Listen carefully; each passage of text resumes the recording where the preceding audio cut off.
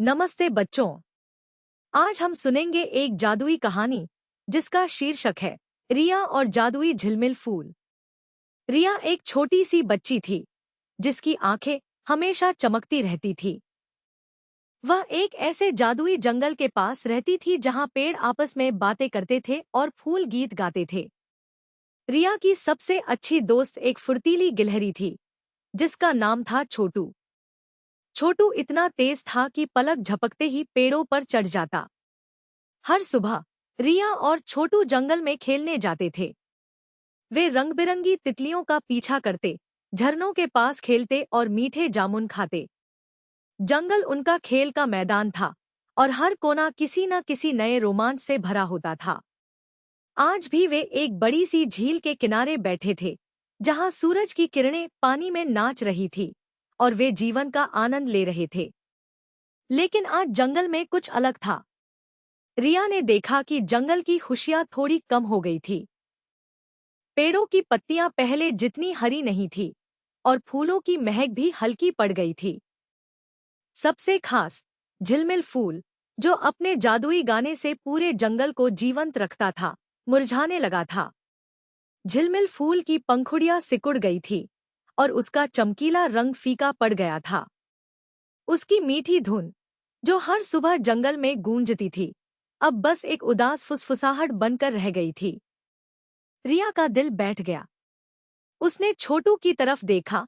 छोटू भी उदास होकर अपनी मूंछें हिला रहा था। छोटू, झिलमिल फूल को क्या हुआ? रिया ने चिंता से पूछा। रिया और छोटू तुरंत जंगल के सबसे बुद्धिमान जीव, उल्लू बुद्धू बाबा के पास गए। बुद्धू बाबा एक बहुत पुराने बरगद के पेड़ पर रहते थे और उन्हें जंगल के हर रहस्य के बारे में पता था। रिया ने उन्हें झिलमिल फूल की परेशानी बताई। बुद्धू बाबा ने अपनी मोटी-मोटी चश्मा ठीक किया और गहरी सांस ली। ओह, यह तो बहुत बुरा हुआ।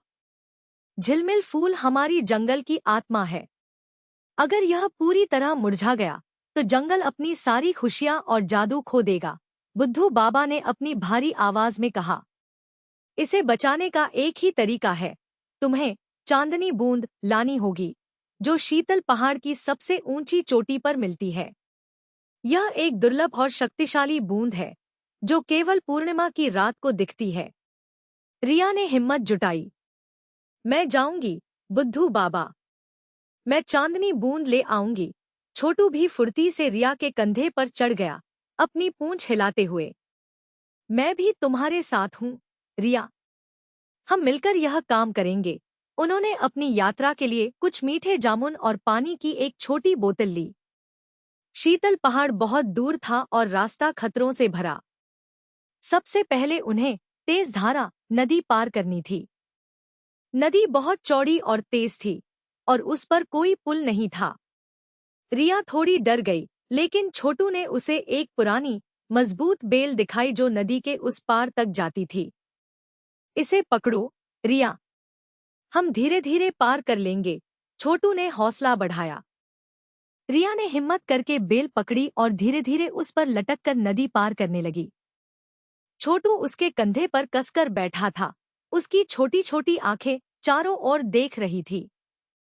जैसे-तैसे वे नदी पार कर पाए तो उनके सामने एक बड़ा, भूरा भालू आ गया। भालू जोर से गुर्राया और अपना रास्ता रोक लिया। वह बहुत गुस्से में लग रहा था। रिया थोड़ी सहम गई, लेकिन उसने सोचा कि भालू शायद भूखा होगा या उसे रास्ता नहीं मिल रहा होगा। रिया ने अपनी टोकरी से कुछ मीठे जामुन निकाले और भालू की तरफ बढ़ाए। नमस्कार, भालू भाई। क्या आप ये जामुन खाना पसंद करेंगे? ये बहुत मीठे हैं। भालू पहले तो गुर्राया, फिर जामुनों की खुशबू से उसकी नाक फड़की। उसने जामुन खाए और तुरंत नरम पड़ गया। धन्यवाद, छोटी बच्ची, भालू ने धीमी आवाज में कहा और रास्ता दे दिया। भालू से मिलकर रिया और छोटू आगे बढ़े। कई घंटों की यात्रा के बाद वे अंततः शीतल पहाड़ के आधार पर पहुंचे। पहाड़ बहुत विशाल और ऊंचा दिख रहा था, जिसकी चोटी बादलों से ढकी हुई थी और सूरज की रोशनी वहां तक नहीं पहुंच पा रही थी। वहां की हवा ठंडी हो गई थी और पेड़ पहले के मुकाबले ज्यादा गहरे और घने थे। रिया ने ऊपर देखा, उसे लगा जैसे पहाड़ उन्हें अपनी ऊंचाई से चुनौती दे रहा हो। छोटू, यह तो बहुत ऊंचा है और कितना मुश्किल लग रहा है, रिया ने फुसफुसाया। छोटू ने अपने छोटे पंजों से रिया का हाथ थामा। चिंता मत करो, रिया, हम मिलकर यह कर लेंगे। देखो, उस छोटी सी गुफा में शायद कोई रास्ता हो। चलो देखते हैं। छोटू में बहुत उत्साह था। वे पहाड़ पर चढ़ना शुरू किया। रास्ता बहुत पथरीला और फिसलन भरा था। कहीं कहीं तो बड़े बड़े पत्थरों के कारण आगे बढ़ना मुश्किल हो जाता। एक जगह रास्ता इतना तंग और फिसलन भरा था कि रिया का पैर फिसल गया। वह लगभग गिरने ही वाली थी। तभी छोटू ने फुर्ती से पास की एक मजबूत जड़ पकड़ ली और रिया को अपनी पूंछ से सहारा दिया। रिया, ध्यान से, धीरे धीरे कदम बढ़ाओ, छोटू ने कहा। रिया ने गहरी सांस ली और संभल कर चढ़ाई की। उन्हें एक दूसरे का सहारा मिल रहा था, जिससे उनकी हिम्मत बढ़ती जा रही थी। हम एक टीम है, छोटू, और टीम कभी हार नहीं मानती, रिया मुस्कुराई, भले ही वह थोड़ी थक गई थी।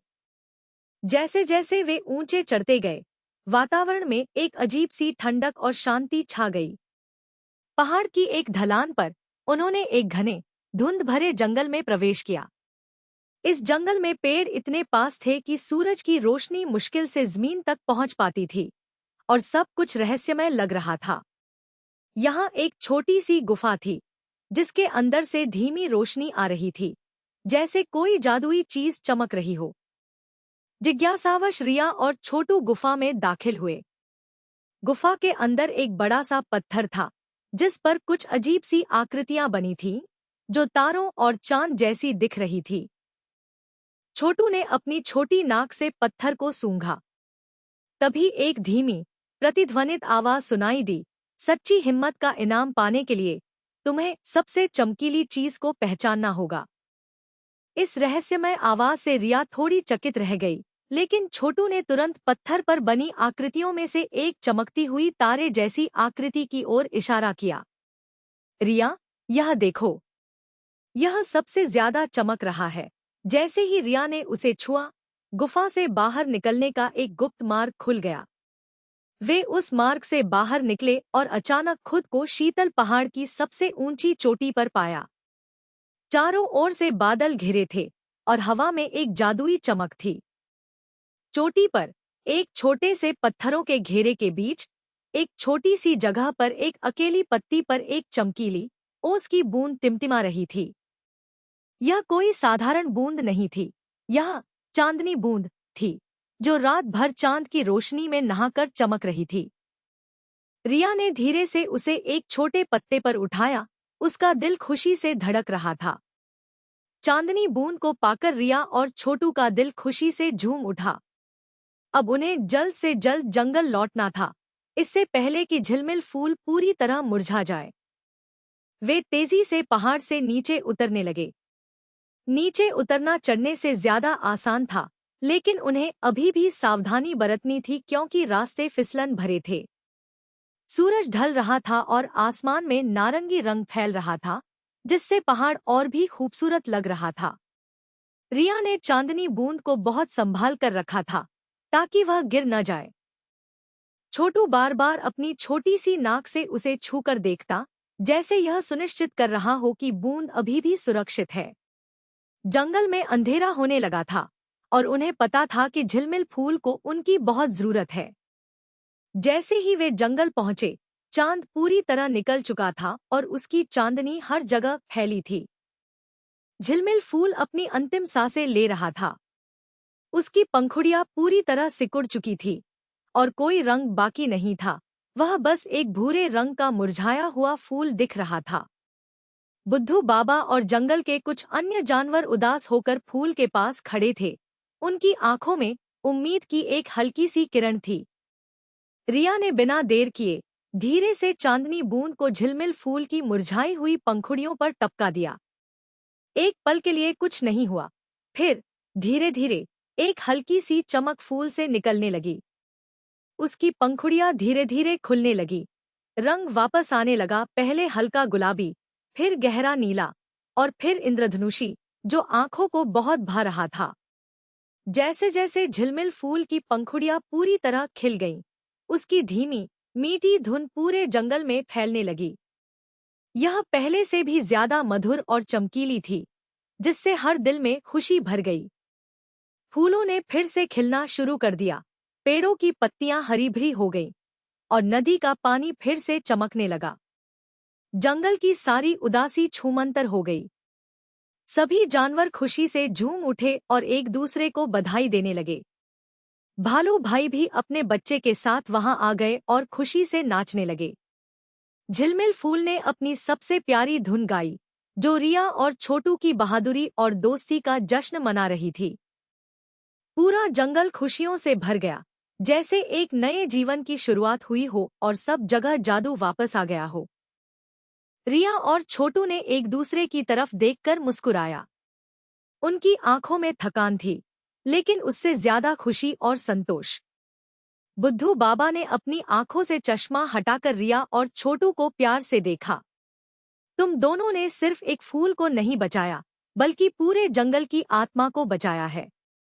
तुम्हारी हिम्मत, दोस्ती और दूसरों की मदद करने की भावना ने एक चमत्कार कर दिखाया है, उन्होंने कहा। रिया ने सीखा कि चाहे कितनी भी बड़ी चुनौती क्यों न हो, अगर हम हिम्मत और दोस्ती से काम लें, तो हर मुश्किल का सामना कर सकते हैं। छोटू ने भी सीखा कि छोटा होने से कोई फर्क नहीं पड़ता, अगर इरादे बड़े हों। जंगल एक बार फिर खुशहाल हो गया था और रिया व छोटू हमेशा उसके हीरो रहेंगे। तो बच्चों, इस कहानी से हमने सीखा कि हिम्मत, दोस्ती और दूसरों की मदद करने की भावना से हम किसी भी चुनौती का सामना कर सकते हैं और बड़े-बड़े काम कर सकते हैं। यह कहानी आपको कैसी लगी? हमें कमेंट करके जरूर बताएं।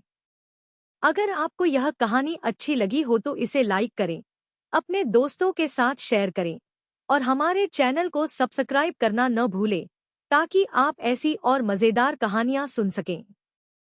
धन्यवाद।